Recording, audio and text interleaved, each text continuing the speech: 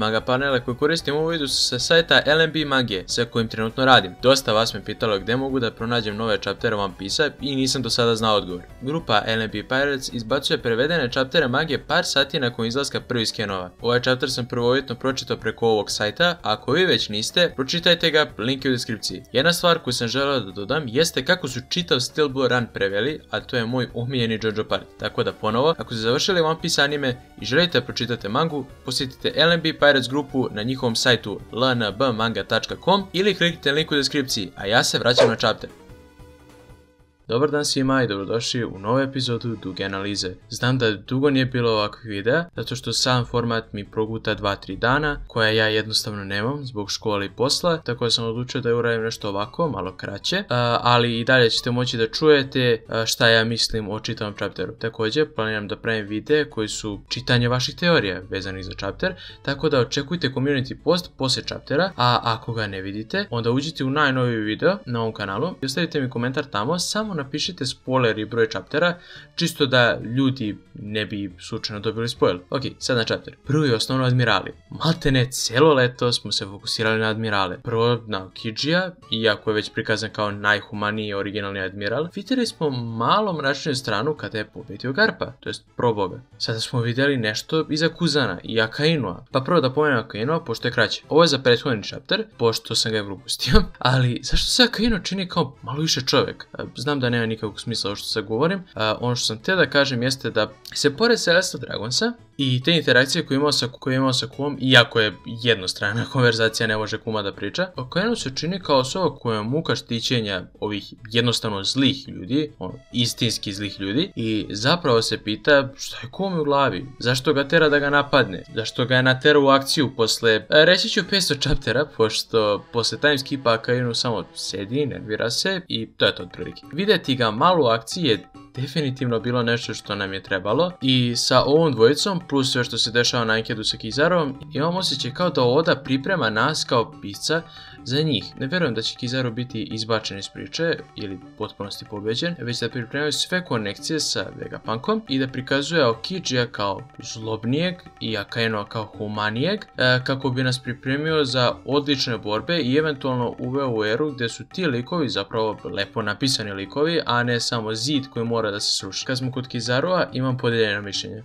Ne mislim da čovjeku zapravo nije krivo što napada Vegapunka i Santomarua, međutim, što se smiješ čoveče? Nekako odaje osjećaj kao da govori, a ja ne bi vas tukao, ja vas nikad ne bi tukao, ali moram, nemoj da se ljutiš, ali pa moram, jebi ga. Ja moram da te udarim toliko jako da ćeš poletiti na drugu stranu ostrva. Što je zapravo dobar prelaz na Luffy protiv Kizarua, pošto je Luffy započeo ovaj chapter tako što ga je malo vrteo i onda bacio samo da padne u more. Izgleda da sada započinje Gear 5 bitke tako što te prvo uzme, vrti i kad ti mozak udari 1, 2, 3 puta i dobiješ potred mozga, onda te samo baci, započneš sa borbom.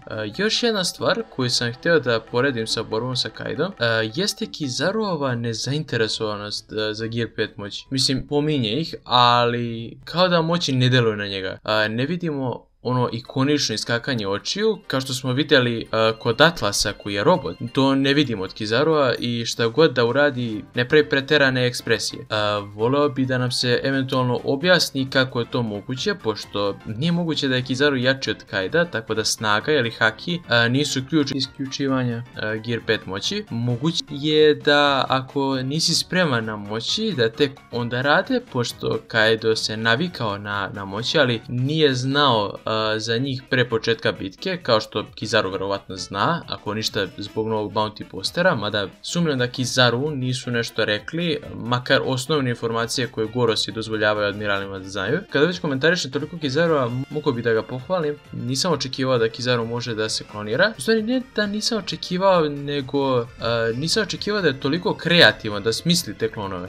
Naravno nisu običajni klonovi, već obično svetlo koje je primilo oblik Kizarua. videli smo to i od Robi, na primjer, i kod Doflaminga sa njegovim klonom od Niti, ali to i dalje stvara još jedno pitanje, to je, ako je to njegovo telo, mislim njegovo svetlo, kako udaranje hakijem ne pravi Kizaru štetu? Da, to nije on, ali napravljeno je od svetla koji on stvara. Jedino ako se to ne računa kao njegovo pravo telo, već nešto slično Akainovim meteorima, a ako je to, onda ok, izvinjavam se, nisam ništa rekao.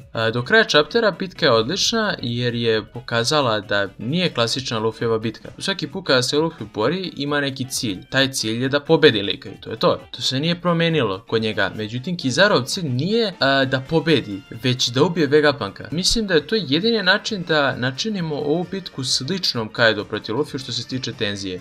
Kizaru protiv Luffy jeste zanimljiva bitka. Međutim, znamo da je Luffy jednostavno jači od Kizarova, makar većina tako misli. Tako da ako Luffya dovedemo u situaciju gdje on mora da se bori protiv lika koji je jak, ali i dovoljno brz da pobegne jer ima drugu metu, pravi tenziju jednostavno. Stella je otišao na nebezbedno mesto, bez razloga po meni.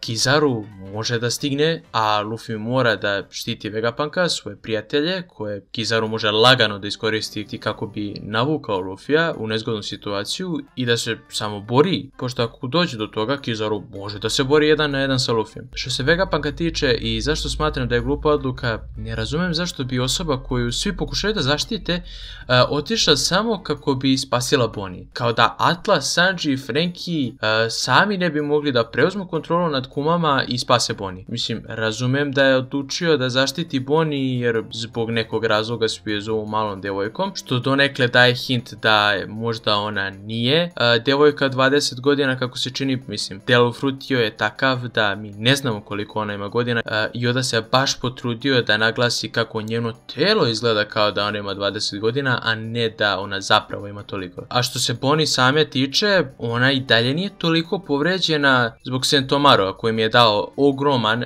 Nothing Happened vibe, tako da je jednostavno moguće da ona pobegne negdje, sačeka Sanjija i samo se vrate nakon što Atlas preuzme kontrolu. Nisam napisao ništa za Sentomaroa, tako da želim sad samo da pomenem, odličan je bio posljednjih par chaptera i drago mi je da je deo ovog arka. Mislim, ne samo zbog tih Sabaody vibe-ova, već vidi se da nije bezvezan lik koji je tu samo eto bio za jedan ark i to je to. Naravno neće biti previše bitan, ali i dalje tu. Mislim na kasnije. Da se vratim na to za Vegapunka, shvatam da ne ide sve po planu zbog Kizara, Lučija i Orka, ali i dalje je glavni prioritet da se on zaštiti. Kad smo kod Lučija, njegova borba sa Zoroom izgleda lepo, volim kako vidimo i crne munje od Zoroa i Awakened formu od Lučija, tako da odmah vidimo odlične borbe iz svakog ugla tog ostrva i tek će biti dobro zato što se Ancient mašina probudila i treba da krene da napada, iako Saint J. Garcia Saturn dođe i ponovo preuzme kontrolu, što je jako verovatno po posljednjem panelu u ovom chapteru. Čitavo Egghead ostrvo će biti puno ljudi koji imaju ili jako destruktivne moći, da li to bili efekti Delufruta ili mača, ili haki, ili jednostavno nešto jako destruktivno kao napad velike mašine, Frankyjev arsenal ili bilo šta što Vegapunk može da izvuče. Dupe, nemam deo da ubacim, pa želim da pričam o ovome ovde. Da li primećujete kako se tokom čitavog arka, kako se prikazuju devojke One Piece od pozadi, pogotovo one koje su samo u gaćama umjesto pantalonama? Pa zapravo postoji razlog za to. I to je napisano u novom SBS-u. Oda je rekao kako ne ume da crta i kako je želeo da nauči, tako da je iskoristio Egghead Island kao eksperiment gdje će naučiti da crta. Znate već šta. Pominjam ovo zato što želim da kažem kako mi je drago što ovoliko kasno u priči on i dalje oduzima vrijeme da uradi nešto ovako, čisto da, tako reći, po znacima navoda nauči nešto novo, ali kao da se usavršava kao artist ili pisac. Ali da, sem toga, to je to za ovaj video, nadam se da se svideo. Ako jeste, nemojte zaboraviti da ostavite komentar gdje mi govorite vaše teorije i šta mislite o videu, volio bi da čujem. Sem toga, ostavite like i subscribe, postanite member, pridružite se Discordu, a mi se čujemo u sljedećem videu. Ćao!